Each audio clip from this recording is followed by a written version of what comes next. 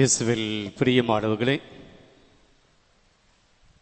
இன்றைய திருப்பலிக்கு நம்முடைய தியான சிந்தனையாக முதல் வாசகத்தை எடுத்துக்கொள்வோம். இன்றைக்கு மக்கபியருக்கு எழுதிய 2ஆம் புத்தகத்திலிருந்து வாசித்திருக்கிறோம். அதிகாரம் 6 இறை வார்த்தைகள் 18 முதல் 31 முடிய இறை வார்த்தையை வாசித்திருக்கிறோம்.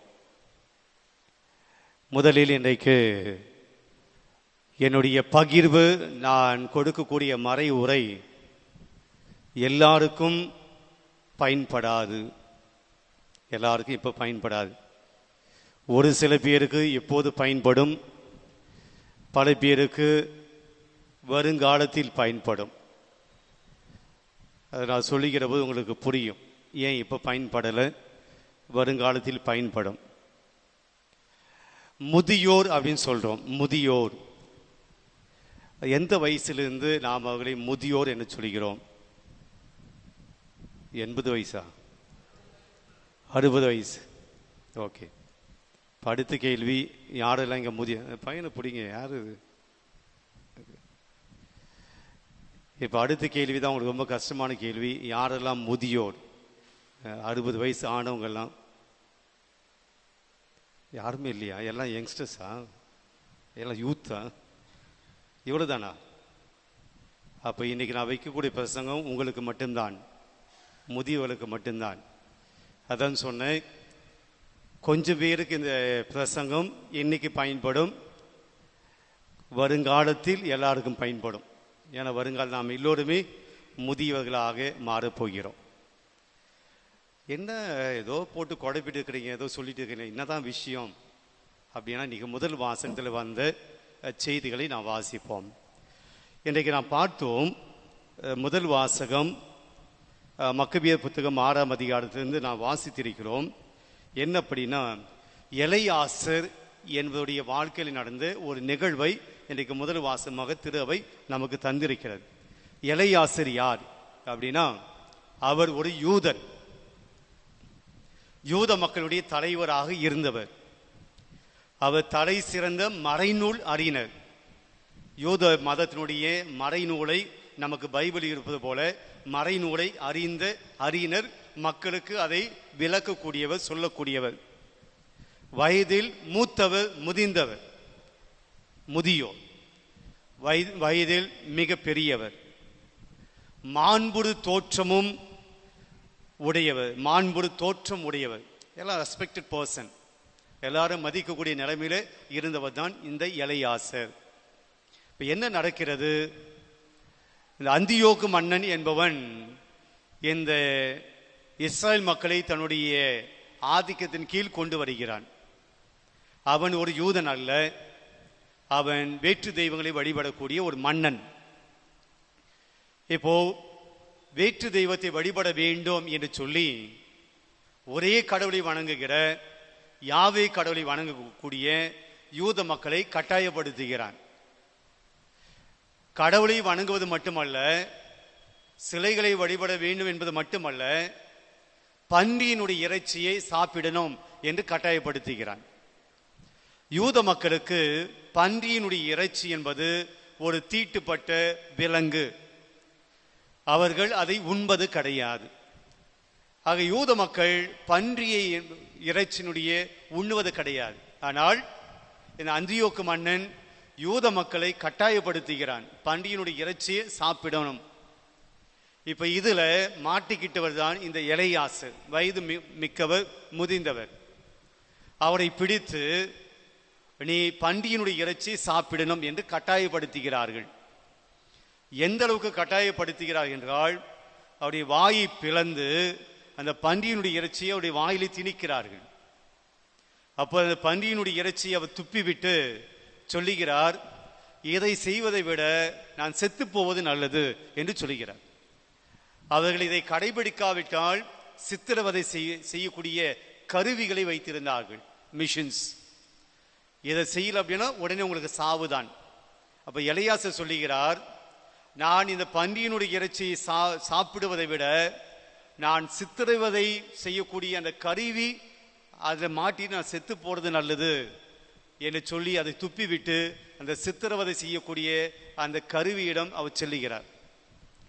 அப்ப அங்கே இருக்கக்கூடியவர்கள் இந்த சட்டத்தை இயற்ற வேண்டும் என்ற பொறுப்பில் இருக்கக்கூடியவர்கள் அந்த எலையாசரை அழைத்து, அந்த பெரியவரை அழைத்து சொல்றாங்க, உங்களை எங்களுக்கு நல்லா தெரியும், நாங்கள் உங்க கூட பழகி இருக்கோம், நீங்க எங்க கூட பழகி இருக்கிறீங்க. இந்த பன்றியினுடைய இறைச்சி நீங்க சாப்பிடாம செத்து போறதை விட நீங்க சாப்பிடக்கூடிய விலங்கை அடித்து சமைத்து அந்த இறைச்சி நாங்க கொடுக்கிறோம். நீங்க பன்றியினுடைய இறைச்சியை சாப்பிடுவது போல நீங்க நடிங்க, இந்த இறைச்சியை சாப்பிடுங்க. எடுத்துக்காட்டாக இப்படி வச்சுப்போம், நாங்க சிக்கனை கொடுக்கிறோம், நீங்க சிக்கனை சாப்பிடுங்க, ஆனா பன்றியினுடைய இறைச்சி சாப்பிடுறது போல நடிங்க, ஆக்ட் பண்ணுங்க. அப்போது மன்னன் நீங்க பன்றியினுடைய இறைச்சி சாப்பிட்டது போல அவன் ஒத்துக்கொள்வான், நீங்க தப்பிச்சுப்பீங்க. இது அவர்கள் கொடுக்கக்கூடிய ஐடியா, ஒரு ஆலோசனை. அதற்கு இந்த முதியவர் எலையாசர் என்ன சொல்ல வருகிறார் என்பதுதான் என்னுடைய மறைவுரை. ஒரு 5 காரியத்தை அவர் சொல்றாருங்க. இன்றைக்கு அந்த முதியோர் நிலையில் இருக்கக்கூடியவர்கள் இந்த 5 காரியங்களை உங்களுடைய வாழ்க்கையில நீங்கள் இருக்கிறதா என பார்க்க வேண்டும். இந்த முதியன்னு சொன்ன 60 வயது மட்டும் இல்லை, இன்னைக்கு குழந்தைகள், உங்களுடைய குழந்தைகளை விட நீங்கள் பெரியவர்கள், உங்க பிள்ளைகளை விட நீங்க பெரியவங்க, அப்படி கூட வச்சுக்கலாம். எல்லா பெரியவர்கள் தங்களுடைய வாழ்க்கையில் இந்த மதிப்பீடுகள் இருக்கிறதா? இந்த எலையாசர் சொன்ன அந்த 5 காரியங்கள் நம்ம கிட்ட இருக்கா? அப்படி யோசிப்பதுதான் இன்றைய என்னுடைய செய்தி பகிர்வாக நான் பார்க்கிறேன். எடுத்துக்கொள்ளுங்கள், 2 மக்கபியர் 6ஆம் அதிகாரம் 1 வசனம். நாம் எங்கே வாசிக்கிறோம் என்றால் 24வது இறை வார்த்தை.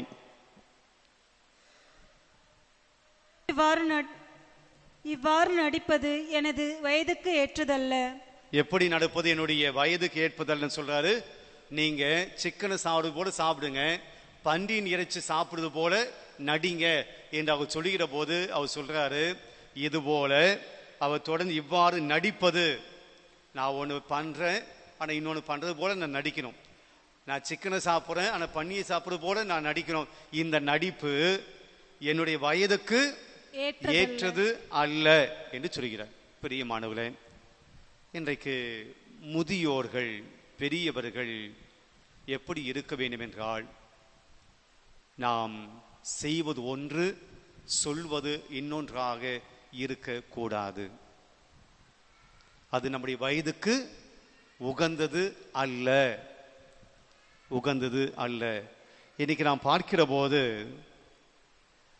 நாம் அடுத்தவருக்கு முன்னாடி நம்முடைய குடும்பத்தில் நாம் நிஜமானவர்களாக இருக்கிறோமா, அல்லது முகமுடி அணிந்தவர்களாக இருக்கிறோமா? பல சமயத்தில் நாம் நடிக்கிறோம், ஆக்ட் பண்றோம். நாம் இருப்பது ஒன்று, இருப்பது போல காட்டிக்கொள்வது இன்னொன்று. பெரியவர்கள் குழந்தைத்தனமாக இருக்கக்கூடாது. குழந்தை தன்மையோடு இருப்பது வேறு, பி எ சைல்ட் அது வேறு, சைல்டிஷ் என்பது வேறு. சில சமயத்தில் குடும்பத்தில் பெரியவர்கள், முதியவர்கள் அந்த பெருந்தன்மையோடு நடந்து கொள்வதில்லை. சின்னதுக்கெல்லாம் கோபப்படுவது, சிறிய விஷயங்களுக்கெல்லாம் எரிச்சல் படுவது, சின்ன சின்ன காரியங்களுக்கெல்லாம் மன வருத்தப்பட்டு பேசாமல் இருப்பது, பிள்ளைகளை தண்டிப்பது, இப்படி நம்முடைய வயதுக்கு ஏற்றாற் போல் இல்லாமல் இருப்பது நாம் நடிப்பது போல் இருக்கிறது. அவர் சொல்லுகிறார், இந்த வயசுல நான் நடிக்க கூடாது, எதை சாப்பிட்டுட்டு இதை சாப்பிட போல நான் நடிக்க மாட்டேன். நம்முடைய வயதுக்கு ஏற்றாற் போல் நம்முடைய பேச்சு, நம்முடைய வயதுக்கு ஏற்றாற் போல் நம்முடைய வார்த்தைகள், நம்முடைய வயதுக்கு ஏற்றாற் போல் நம்முடைய நடத்தைகள், நம்முடைய வயதுக்கு ஏற்றாற் போல் நம்முடைய பிஹேவியர்ஸ் இருக்க வேண்டும். இன்னைக்கு அவர் சொல்ற எலியாசர் சொல்றாரு, அவர் நடித்திருந்தால் உயிர் பாதுகாக்கப்பட்டிருக்கும், அவர் தப்பிச்சிருப்பார். ஆனால் நேர்மையாக இருந்தார், தன்னுடைய கடவுளுக்கு நேர்மையாக இருந்தார். அதுதான் முதியவர்களுக்கு அழகு. நேர்மையாக இருப்பதுதான் முதியவருக்கு அழகு. குழந்தைத்தனமாக இங்க ஒன்று அங்க ஒன்று, இங்க ஒன்று பேசுவது அங்க ஒன்று பேசுவது, இங்கே ஒரு மாதிரி நடிப்பது அங்கே ஒரு மாதிரி நடிப்பது, முன்பு ஒரு மாதிரி பேசுவது முதுகு பின்பம் இன்னொன்று பேசுவது குழந்தைத்தனம். அது பெரியவர்களுக்கு அழகு அல்ல, அது முதியவர்களுக்கு அழகு அல்ல. நடிப்பது என் வயதுக்கு உகந்தது அல்ல. முதல் விஷயம். இன்னைக்கு யோசித்து பார்ப்போம். எல்லா பெரியவர்களும், பிள்ளைகளை விட நாம் எல்லாம் பெரியவர்களாக இருக்கிறோம். எப்படி நம்முடைய பிள்ளைகளுக்கு முன்னாடி எப்படி இருக்கிறோம்? பிள்ளைகளுக்கு முன்னாடி ஒன்று நல்ல தகப்பனா நல்ல தாயா பிள்ளைகளுக்கு முன்னாடி அட்வைஸ் பண்ணுறோம். இது பண்ணாத அது பண்ணாத, இப்படி இரு அப்படி. பிள்ளைகளுக்கு முன்னாடி நாம் ரொம்ப ஒழுக்கமானவர் போல ரொம்ப நல்லவர் போல பிள்ளைகளுக்கு அட்வைஸ் பண்ணுறோம். ஆனால் பிள்ளைகள் இல்லாத சமயத்தில் நாம் எப்படி நடந்து கொள்கிறோம்? அது நாம் வேலை செய்யக்கூடிய இடத்துல நாம் எப்படி நடந்து கொள்கிறோம்?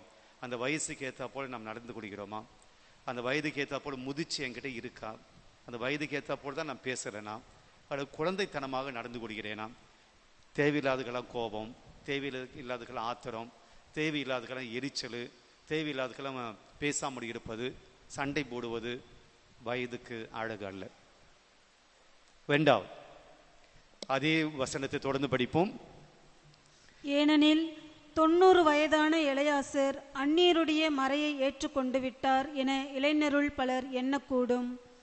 குறுகிய நிலையில்லாத வாழ்வுக்காக நான் இவ்வாறு நடிப்பனாகில் என் பொருட்டு அவர்கள் நெறி பிழற நேரிடும். என்ன சொல்றாரு அப்படின்னா, நீங்க என்ன இந்த கறி சாப்பிட்டு அந்த கறி சாப்பிட்டு போல நடிங்க அப்படின்னு சொன்னதுக்கு அவர் சொல்றாரு, இதை நான் செஞ்சேன் அப்படின்னா என்னைக்கா ஒரு நாள் தெரிந்துவிடும் நான் நடித்திருக்கிறேன், பொய்யனாக இருந்திருக்கிறேன், உண்மை இல்லாதவனாக இருந்திருக்கிறேன். இது எனக்கு பின்னாடி இருக்கக்கூடிய இளைஞர்கள் வாலிபர்கள் இதை தெரிஞ்சுக்கிட்டாங்க அப்படின்னா அவர்கள் தவறி போவதற்கு நான் காரணமாக இருப்பேன். அப்போ ரெண்டாவது செய்தி என்னன்னா, முதியவர்கள் பெரியவர்கள் வாழ்க்கையில கடைபிடிக்க வேண்டிய விஷயம் என்னன்னா, எடுத்துக்காட்டான வாழ்வாக நாம் வாழ்கிறோமா? நம்முடைய இளைஞர்களுக்கு, பிள்ளைகளுக்கு, நம்முடைய குடும்பத்தில் இருப்பவர்களுக்கு are we the role models? இளைஞர்களிடம் ஒரு தடவை பேட்டி எடுத்தார்கள். நீங்கள் உங்களுடைய தலைவர்களாக, உங்களுடைய ரோல் மாடலாக யார் இருக்க வேண்டும் என்று நினைக்கிறீர்கள்? அதுக்கு அவங்க சொன்னது, யாரெல்லாம் தங்களுடைய வாழ்க்கையில சொல்வதை செய்வதும் செய்வதை சொல்வதுமாக இருக்கிறார்களோ, நேர்மையாளர்களாக இருக்கிறார்களோ, அவர்கள் தான் எங்களுடைய ரோல் மாடல் என்று சொல்லுகிறார். இன்னைக்கு பாருங்க, பெரியவர்கள் நம்முடைய குழந்தைகளுக்கு, வாலிப பிள்ளைகளுக்கு அல்லது நம்முடைய சமூகத்தில் இருக்கக்கூடிய இளைஞர்களுக்கு நாம் ரோல் மாடலாக இருக்கிறோமா? சும்மா ஒரு ஆய்வு பண்ணி பாருங்களேன்.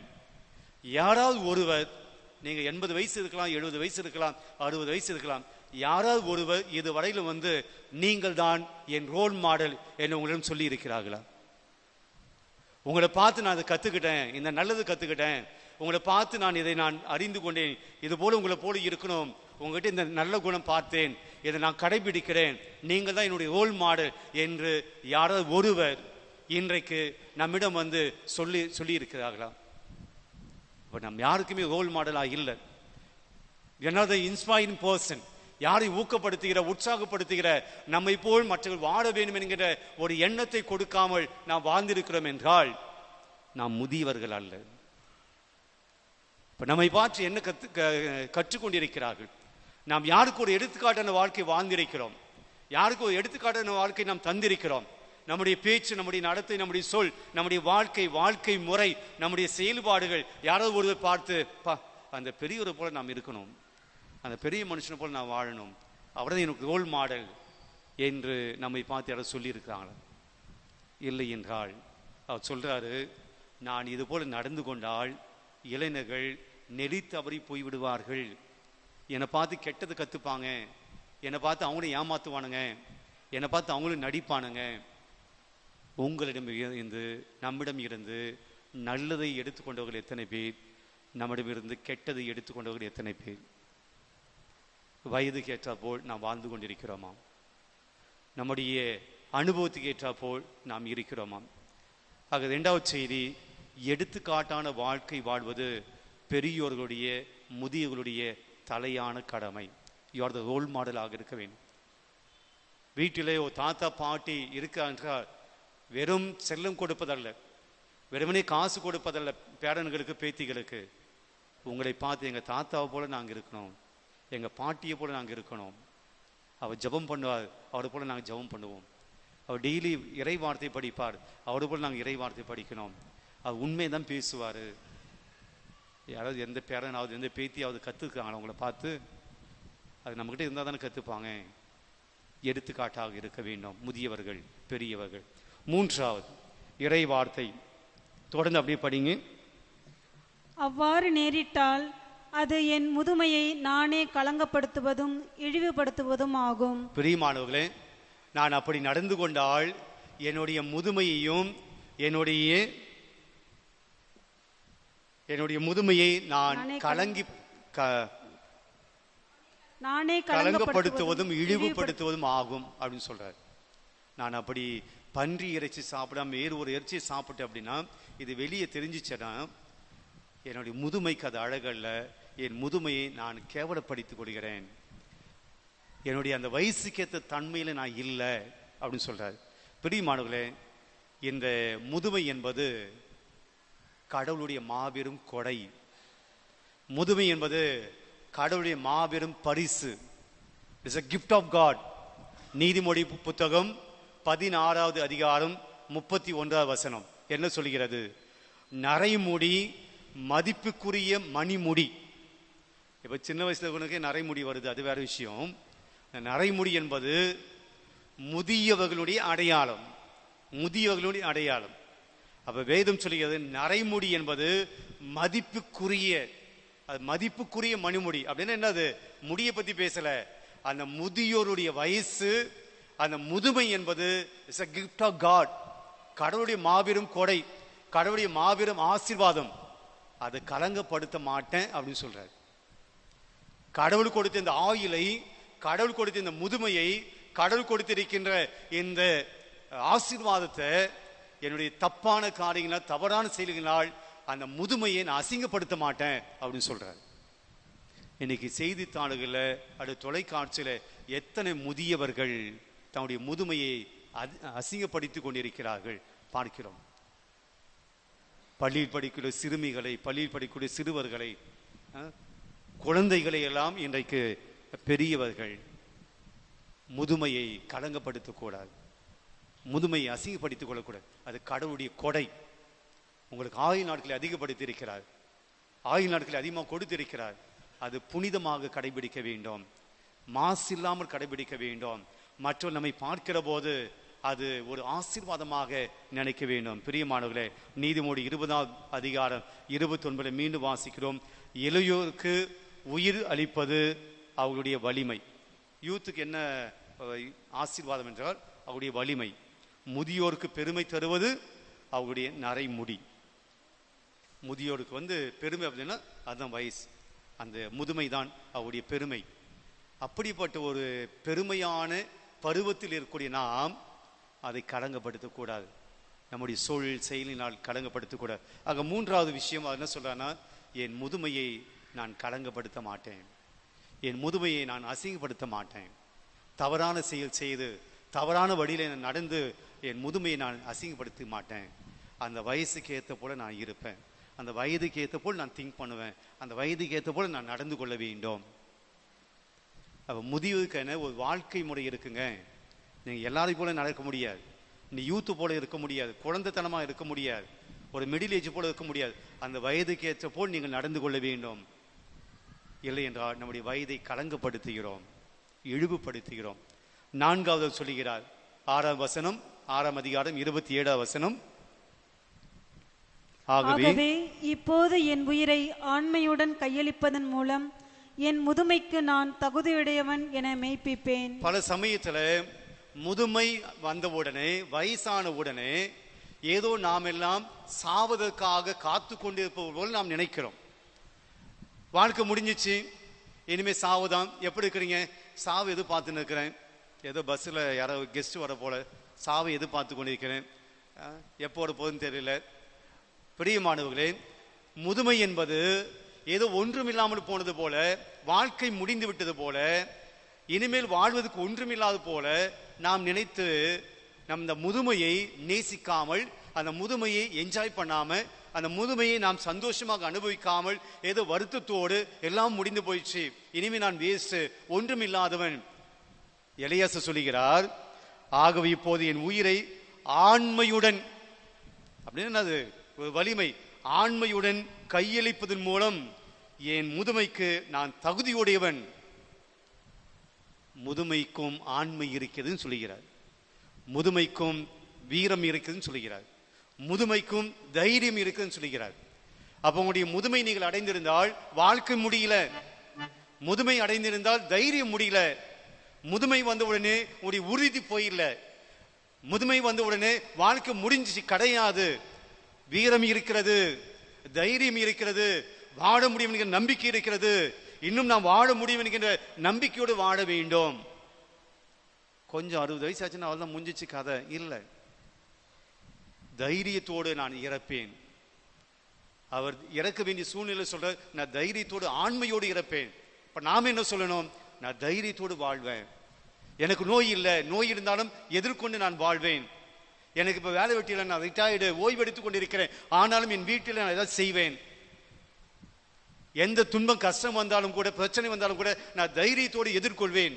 அதான் முதுமைக்கு அழகு. தைரியம் இருக்க வேண்டும். முதுமையில தைரியத்தை இழந்து விடுவதல்ல. முதுமை வந்தவுடனே நாம் கோடையாகி விட வேண்டும் என்று அல்ல. முதுமை வந்தவுடனே வாழ்க்கை இழந்து விட்டோம் என்பது அல்ல. நான் ஆண்மையோடு என்னுடைய சாவை நான் எதிர்கொள்வேன். எலியாசு சொல்லுகிறார். வீரம், தைரியம் முதுமையிலும் இருக்க வேண்டும். 5வது இறுதி வார்த்தை, மதிப்புக்குரிய தூய சட்டங்களுக்காக நான் 31வது இறை வார்த்தை, கடைசி வார்த்தை. இவ்வாறு எலியாசர் உயிர் துறந்தார். அவரை சாகடிச்சிட்டாங்க, எலியாசர் உயிர் துறந்தார். அதுக்கு பின்னாடி அந்த புத்தகத்தினுடைய ஆசிரியர் இன்னொரு செய்தியை சொல்றார், படிங்க. அவருடைய இறப்பு இளைஞர்களுக்கு மட்டுமல்ல, அவருடைய இறப்பு இளைஞர்களுக்கு மட்டுமல்ல, அவருடைய நாட்டு மக்கள் அனைவருக்குமே சான்றாண்மைக்கு எடுத்துக்காட்டாகவும் நற்பண்புக்கு அடையாளமாகவும் விளங்கியது. வாழ்ந்தால் இப்படிப்பட்ட வாழ்க்கை வாழ வேண்டும். இறந்த பின்பும் இளைஞர்களுக்கும் அந்த நாட்டு மக்களுக்கும் அவர் சான்றாய் இருந்தார். அந்த மனுஷனை போல நம்ம வாழணும், அந்த மனிதனை போல நாம் எதிர்கொள்ள வேண்டும், சவால்களை சந்திக்கணும், தைரியத்தோடு சாக வேண்டும், தைரியத்தோடு வாழ வேண்டும் என்று எலியாசர் இளைஞர்களுக்கும் அந்த நாட்டு மக்களுக்கும் சொல்லிக் கொடுத்து இறந்து போனார். முதுமை, நாம் வாழ்கிற போது, நாம் இறந்த பின்பும் நம்மை பற்றி பேச வேண்டும்.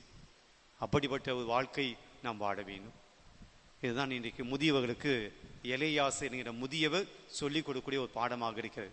இது வயது வந்தவர்களுக்கு மட்டுமல்ல, அது வயசானவர்களுக்கு மட்டும் கிடையாது, நாம் எல்லாருக்குமே இது தேவைப்படுகிறது.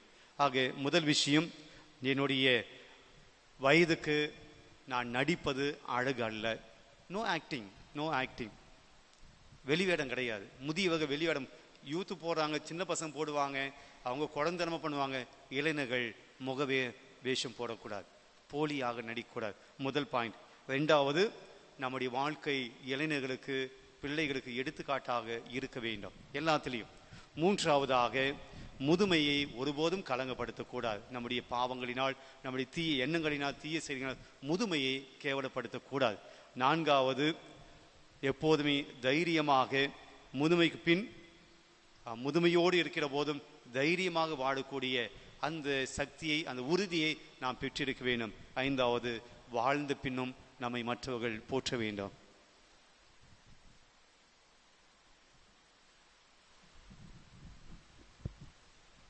அனைவரும் எழுந்து நிற்போம்.